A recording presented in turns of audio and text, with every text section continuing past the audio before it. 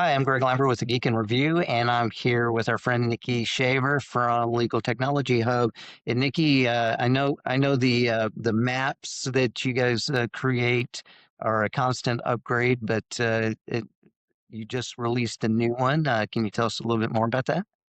Yeah, that's right. Hi, Greg. Hi, everyone. So, we have been releasing our Gen AI and legal tech maps every quarter since actually February last year. Then we updated in March, and then every quarter since then. So, we released in early January, we released the latest one. The cutoff date for that was the end of December 2025. And it has 855 generative AI product placements by 682 vendors across 19 categories, which is obviously a massive landscape now. And in fact, back in March last year, I had said a year from now, we will have 1,000 products on this map. And I think we're well on track for that, interestingly. But now that we have a year's worth of these maps, it's really interesting to see some of the trends, and some of those are worth calling out. So, first, the areas where we're seeing the most startup activity that has changed over time. And in particular, this map shows a different type of activity than in the previous maps. So for most of last year, AI legal assistant was really the hottest category, a ton of concentrated startup activity, new startups coming to market in that category. In December, interestingly, that had cooled a little bit, and the hot concentration of startup activity had shifted over into operational tools, both law firms and legal departments. So, for example, think intake of both work and clients, and also to compliance and governance solutions. And this really tracks with what we're seeing in the market in terms of where firms are focused. And it also suggests that maybe new entrants are seeing the broad assistant category as being relatively settled right now and also quite crowded. So that's an interesting one to watch. The other thing I wanted to call out is we can really see, looking quarter to quarter over the past year, how the market is evolving. The growth trajectory has been incredibly consistent and steady, with about 100 companies added to the map every quarter. And so we include, if you go and look on Legal Tech Hub, www.legaltechnologyhub.com, you have our clickable map, which is the full map that you can click into every logo, explore the categories. We also have a graph that shows that trajectory. And it's just quite remarkable to see how steady it is, which is an indication that we haven't seen a slowdown in the market yet. Not at all. No sign yet of a bubble bursting or anything like that. So we look forward to continuing to track that this year. All right. Well, good. My 401k is safe for at least one more year, right? Don't All take it right. from Thank. me. Where can they go to learn more about this? They can go to Legal Tech Hub. So do visit our website, legaltechnologyhub.com. All right. Thanks.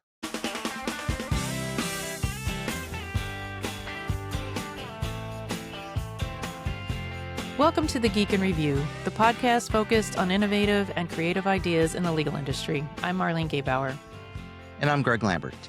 Today, we are delighted to have with us Quinten Steenhuis, who is the co-director of the Legal Innovation and Technology Lab at Suffolk Law School, and also the owner of Lemma Legal Consulting here on the show. One of the things, Quinten, and you can verify this, is that in my research, one thing that stood out was it was basically saying that Quinten is a builder in a field that's often filled with talkers. So we're going to ask you to talk a little bit today, though. So Okay. Quinten, welcome to the Geek in Review. That's so nice to be here. So Quinten, your path to legal technology wasn't through some big law innovation committee. You started in the Indymedia activist collectives in the early 2000s, and you spent like 12 years in the trenches of eviction defense at the Greater Boston Legal Services. So I've seen you framed as a hacker activist ethos, and I think that helped kind of shape your approach in building the tools like you did. And then you stepped into academia. So how is it that this background with this, kind of scrappy blue collar tech philosophy, how did you enable that to then go into academia? Oh, that's an interesting take on it, and I appreciate that. So I'll say my Indymedia days were during college, and we were literally scrounging computer hardware out of the garbage, the dumpster, whatever the university was throwing away. There Like, was hey, lots being thrown away at the time. there was tons being thrown away at the time, and we would take these and make servers for like an independent media collective in South America or Africa. So yeah, there was some of that kind of that scrappy ethos for sure. I would say that what I learned doing that was really focusing on building tech tools that would empower folks to solve problems on their own. In Indymedia, that meant helping people report on themselves, talk about some of the activism they were doing in a way like kind of pre-social media Yeah, without a filter. this was really early days. This was not like you could go on Facebook and get a lot of people. How did you do this and thrive as well as you did? So we were doing this before Facebook, before YouTube, before there were really any good ways for you to publish your own photos online on the internet. So kind of the Independent Media Center invented this idea of self-publishing, which has turned into blogging, turned into social media. It really took a very different turn from and expanded a lot beyond the original scope. But it was just really exciting to be able to do this, to kind of say, hey, we can kind of do our DIY media, our own takes on things, let people kind of access the world unfiltered.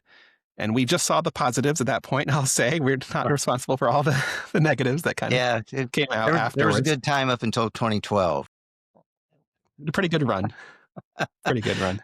How did you transition that into your activism into the eviction and housing industry? And So from that kind of tech scrappy DIY ethos, and as an undergrad, I decided to go to law school. I thought, like, I really do like being able to think about how we're changing people's lives, how to impact the world. Technology did not seem like the right biggest lever for me at that time. I thought law, this is a long history of reshaping the way people understand their rights and to move forward social causes. So that pushed me towards law school, getting exposed to that and saying, hey, this is really great, but what more can we do? Mainly go to law school. In law school, that's the first time I heard that there was this whole field called civil legal aid. I didn't really know that it existed.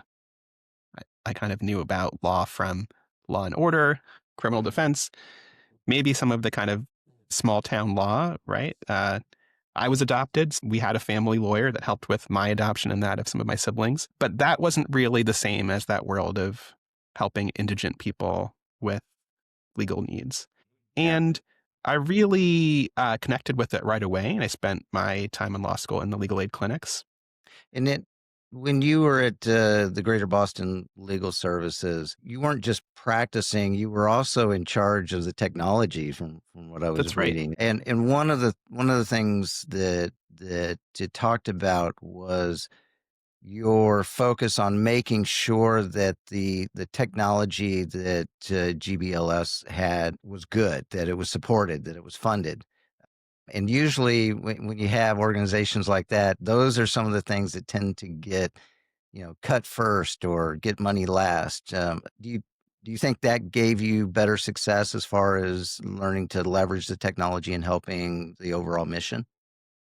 Absolutely. So one thing that does happen is that there's lots of corporate philanthropy that's directed at software because it's essentially free for them to provide it to as many folks as they want.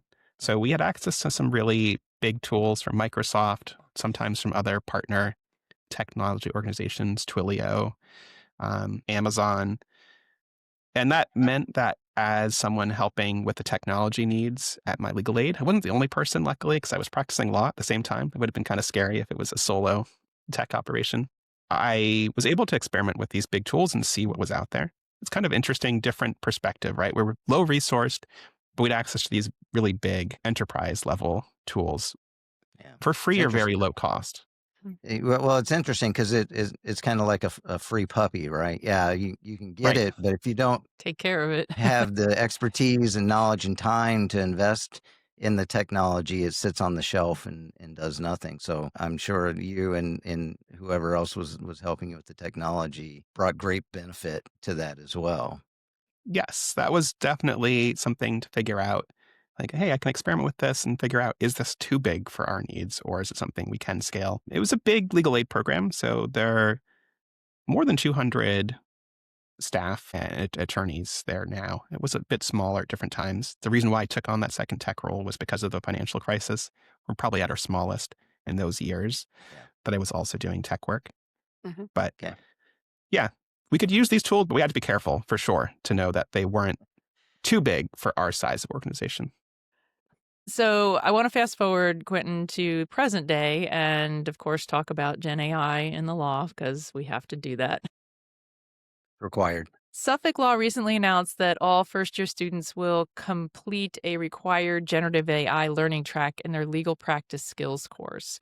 From your vantage in the Lit Lab, how are you ensuring this isn't just, a check-the-box exercise, but it really equips students to use AI tools thoughtfully? Sort of what elements of the learning track or follow-up work are you focused on and proud of?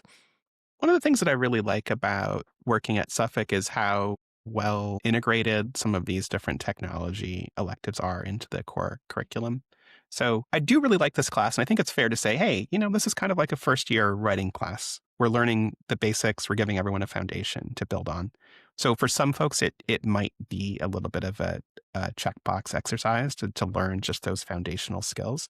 But then if that student gets exposed to something, they know how to use those technologies throughout the rest of their time at Suffolk. And they have many courses that they can build on to take that forward and further. So we have an AI in the law class that kind of dives into some of the policy questions and issues with the hands-on element. I myself teach a seminar, which is legal technology for small firms, where we're using about half of the course now today, since 2023, been adding more and more of this generative AI content. And now it's about half of the thing that we spend our times on. We still hit the other fundamental pieces, but about half of the time probably is on generative AI. And then in our lab, we take students and give them a full year clinical experience, 12 students that are learning and building with these same tools.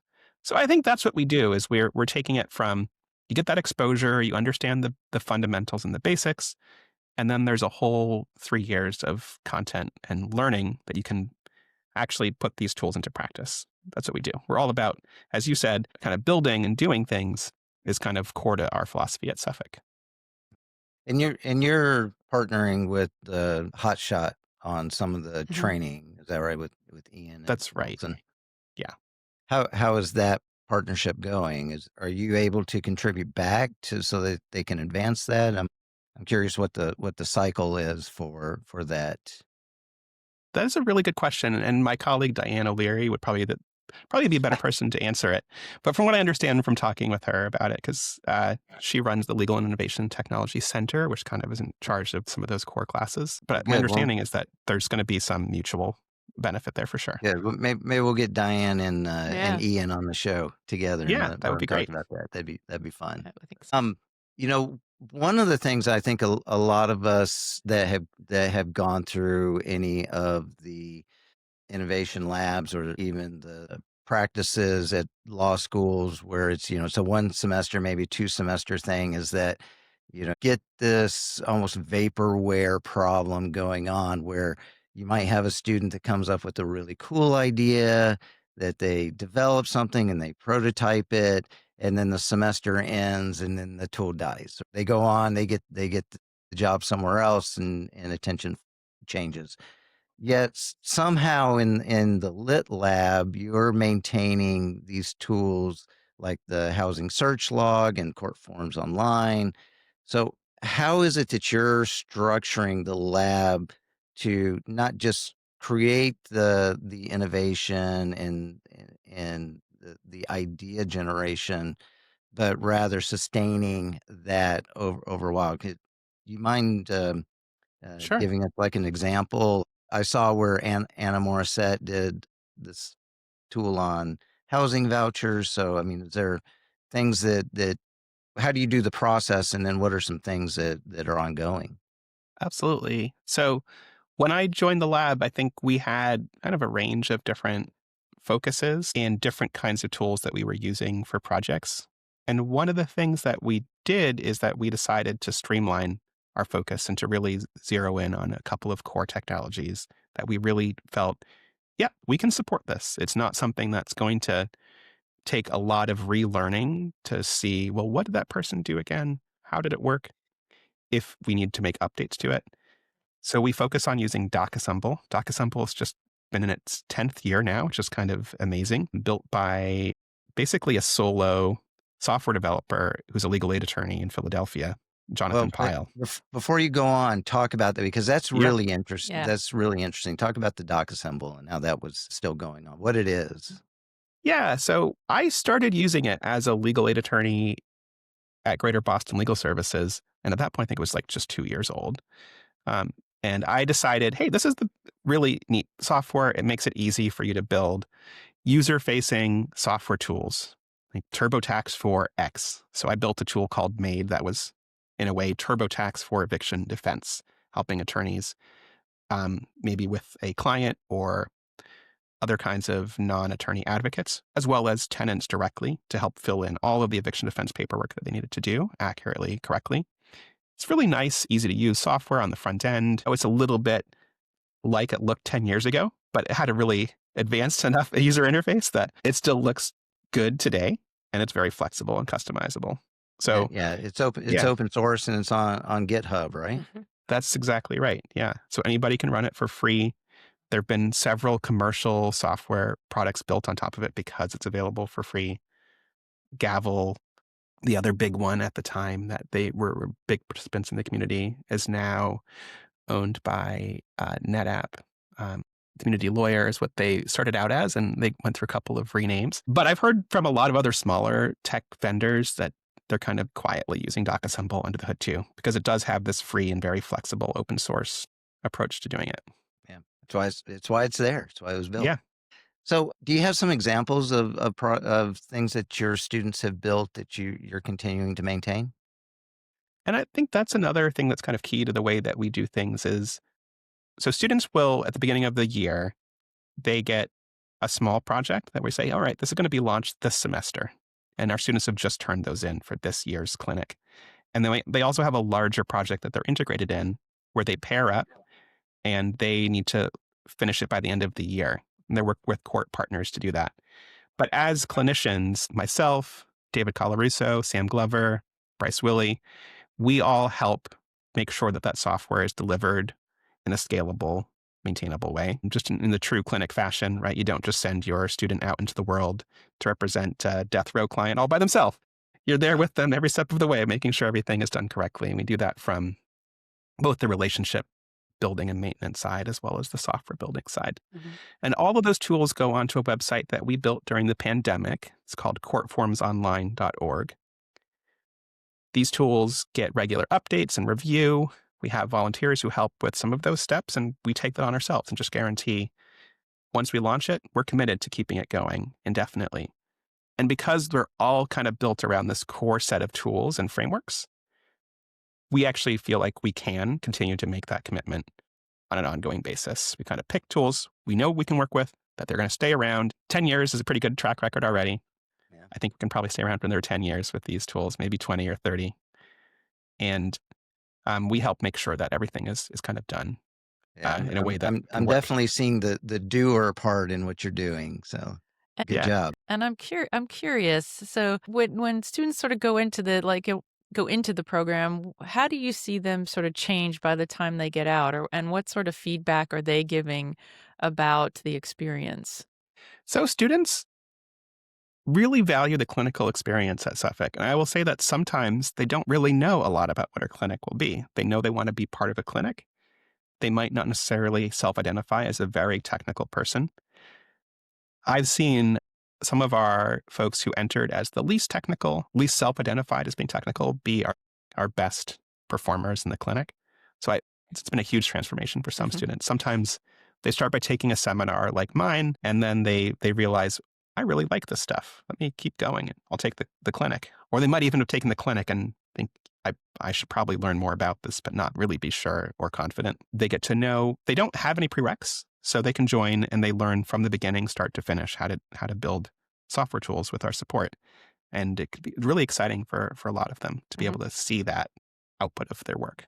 Are you finding, because I see it here within the law firm, is the trait isn't necessarily the most intelligent person, but rather it's the one that's willing to be very curious, to try things out. Are you finding that to be the trait that leads to success in your clinic, or is it something Yeah, else?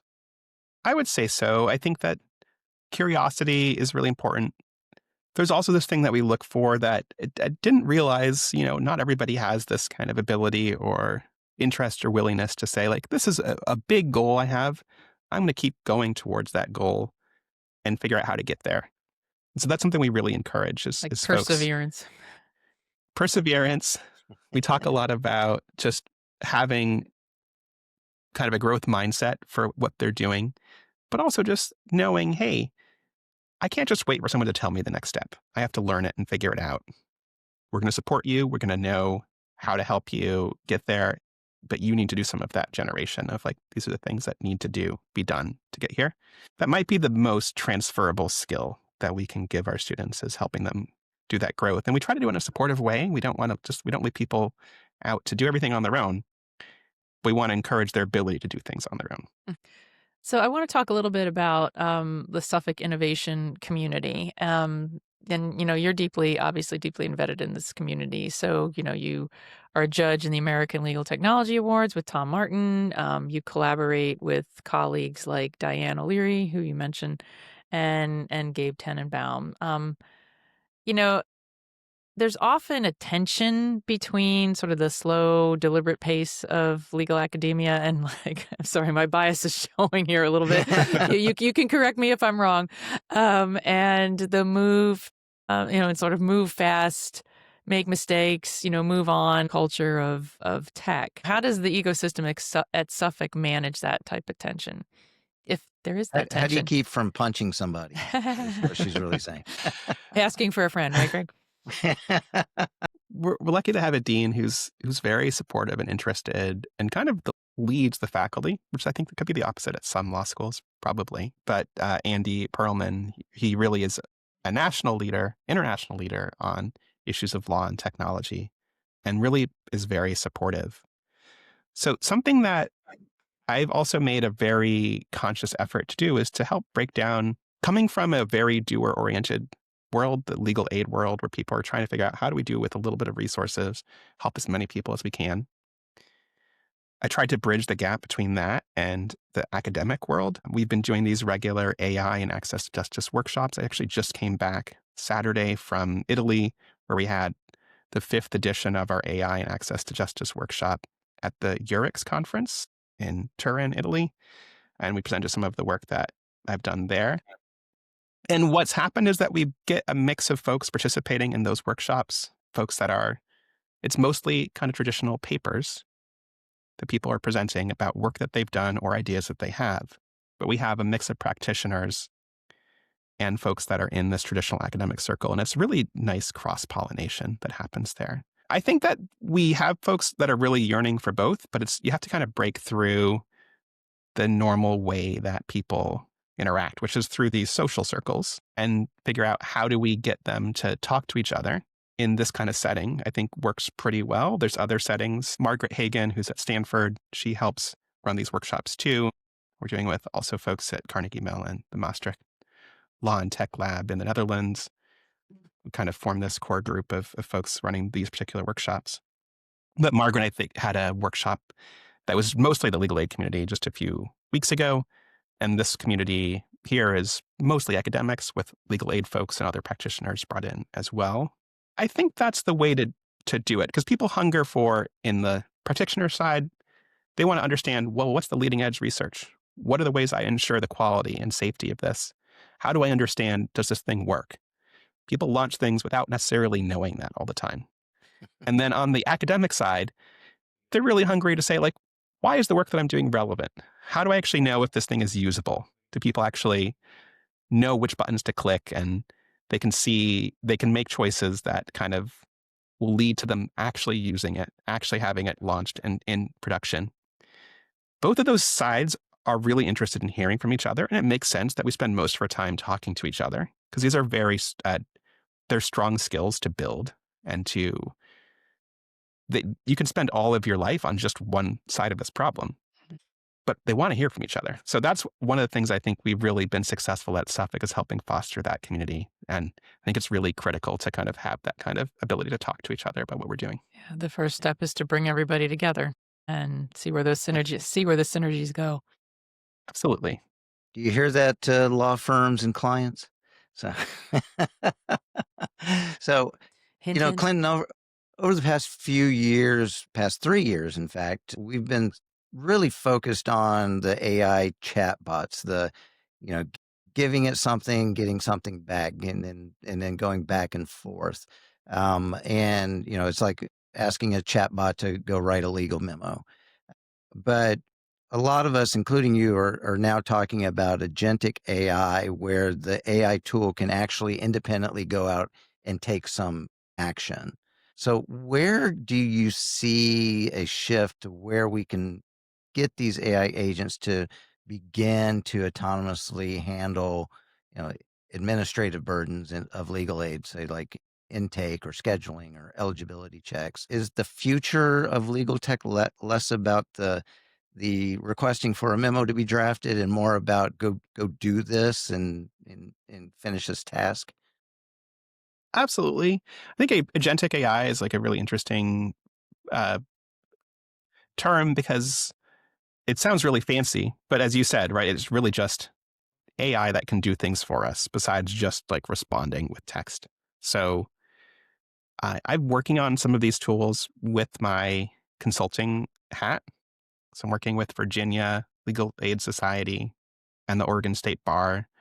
That's actually the work that I presented last week in Turin, and it actually won an award, which was kind of nice. The paper won an Congratulations. award Congratulations. from that conference.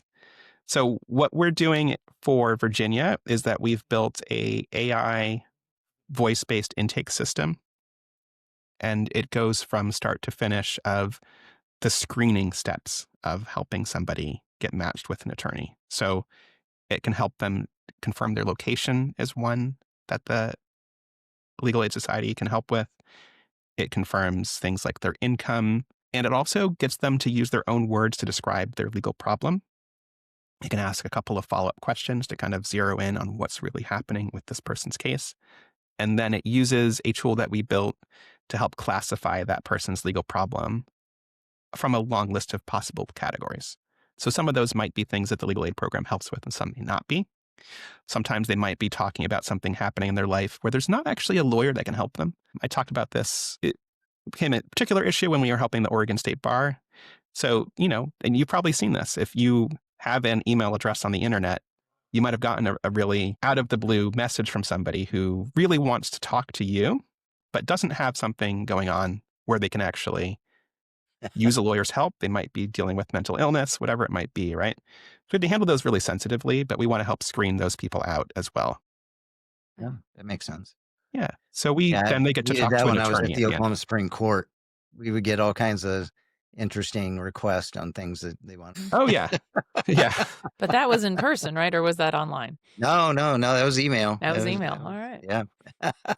The most persistent people in the world are the people who have the problems where everyone's already told them no, I guess, right? And you want to figure out how to help them, but often it may not be the right resource for them. And they'll find a way to contact you if you have a name or an email somewhere that they can find. Oh, well, the other half of that project I can say is just for the Oregon State Bar. We're helping with their bar referral service, and it's using that same technology, that legal problem matching technology. So we help them use their own words. We're not using voice for that project. It didn't really seem like the appropriate technology to use, but it gives them an instant referral. Whereas what would happen before is that someone would put something in a web form, attorney would look it over, and then take a day or two to give them a referral instead. So really cutting out that middleware. And to that idea of like agentic AI, if we're talking about chatbots use this idea of like you have to kind of generate a bunch of words and respond back with those words. With these new tools, we could give people a form to interact with instead, and it can be generated by AI. I think that's a really powerful, different interface that can help people be more efficient when they're using AI through a phone, for example. Instead of being asked to type a bunch of words, you listen to what they have to say. You respond with, okay, well, these are 3 choices that I think match what you're talking about. Can you help me choose which is the right one that you mean? Ask some yes or no questions that, again, the person could just click rather than having to type out an answer. And so we're really playing around with these ideas to improve the user experience of interacting with AI instead of being asked to chat or type a lot, making a more pleasant experience. Mhm. And I think these are really already being used today. We're using them today, and I can just see new metaphors and ways of interacting with AI that help make it a better experience for everybody coming in the future. Mhm. On the voice, what particular software are you using for voice, and are you finding it to be pretty effective? That's a really good question. So I DocAssemble has a cat as its icon. So of course, the next thing to do was, is there another open source platform we can build on that has a cat as its logo? And there's a tool called PipeCat. It's built by a commercial company, but this is kind of the foundational technology that they don't need this platform to sell licenses to make money. So they release it for free. They have other services they build on top of it, but lots of people like us can benefit from it. It's updated very regularly and it's very modular. So we, as new AI models are released, we can experiment with embedding those into the tool. And it uses this loop from speech to text. We have the AI do its piece. Then there's text to speech. So we're really able to use the best for each of those different parts of the process. And I think it has a lot of promise. Actually, at the workshop last week, one of the other projects that was discussed was a voice-powered AI agent for folks in Niger. And in that case, these are very small language populations that might be using the tool. There's low literacy. There's very low access to technology. So folks don't have internet access. They don't have a smartphone. Really, the most advanced technology they have is a phone. And I hadn't really thought about how key that was as an enabling technology. The fact that now we have AI that can just use your voice to talk to it and respond back to you with information as far as bridging that digital access gap. So I think that's exciting as well. So before we get to our crystal ball question, I mean, I'm sure you have lots of resources given our discussion. What do you rely on to learn and to keep up with the rapid changes in legal tech, AI, and the business of law? Yeah, where do you find all these cool free toys to play Free with? toys and ideas, other than going to Turin. Great question. I find myself relying on a lot of pretty old fashioned ways to learn about new things. So I used to be really active on Twitter. That platform I think is pretty, for me, I'm done using it. I think a lot of other folks are too. A lot of our community has moved to LinkedIn. I really like to follow and see what people are doing there. And that's a key way I stay in touch with people other than at conferences, which are a couple of times a year. I really love the upcoming Innovations in Technology conference that the Legal Services Corporation puts on. It's always a great way for me to learn about new things. In between those kind of capstone events, I also use some mailing lists like the Legal Services National Technology Assistance Project mailing list. I love podcasts like your own. It's a great way to learn about things. And say Bob Ambrogi's Law Sites blog is another key resource site I go to. So I try not to procrastinate too much by reading all this news from the fire hose every day, every minute. But I do appreciate it. I would say Reddit is in there too. A lot less frequent. It's a much smaller community for legal tech on Reddit, and sometimes Sometimes they get a little lower spicy. quality. And yeah, you learn about some things. Sometimes you see things there on the other bigger platforms a little bit later. There's all kinds of rabbit holes you can go dive into. Absolutely.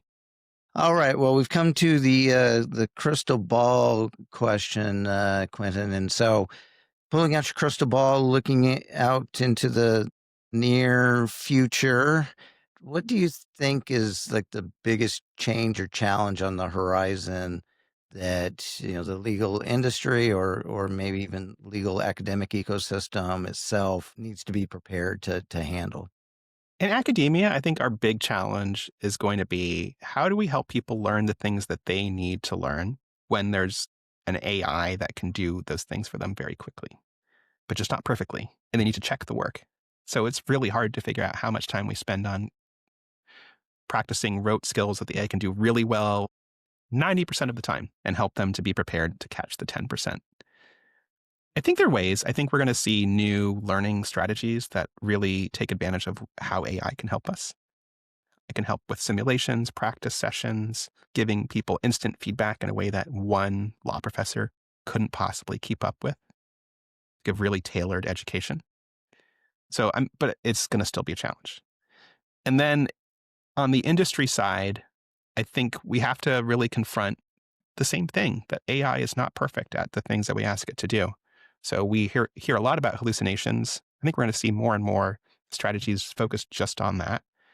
But they're kind of core to the way that large language models work. We need to add something as an extra check to help solve that. Other quality issues too, not just hallucinations. I think that's engineering around that is going to help us advance the capabilities of these tools. For me, I focus on safe use cases. What can we do that's reliable, testable, end to end? But that doesn't escape the fact that self-represented litigants are just going to ChatGPT and saying, write me a motion or help me file this claim. And the AI is just nodding along and saying, yeah, of course, that's what you need to do.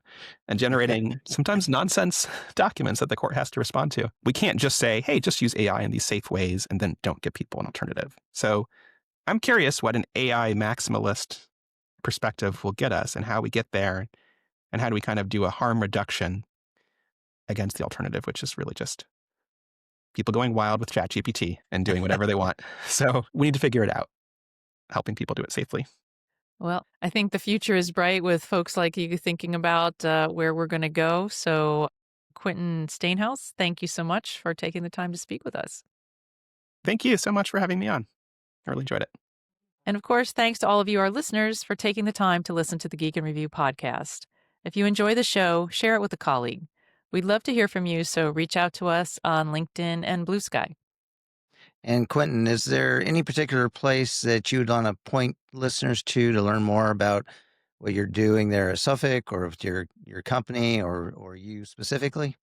Sure. Yeah, I can just give you 2 links. So if you go to the Suffolk Lit Lab, LIT lab.org, you can learn about Suffolk's projects in this area. And then you can reach my consulting business at Lemma Legal, LEMMA, legal.com. And as always, the music you hear is from Jerry David DeSica. Thank you, Jerry. All right. Thanks, Jerry. Thanks, everyone. Thanks, everyone. Bye.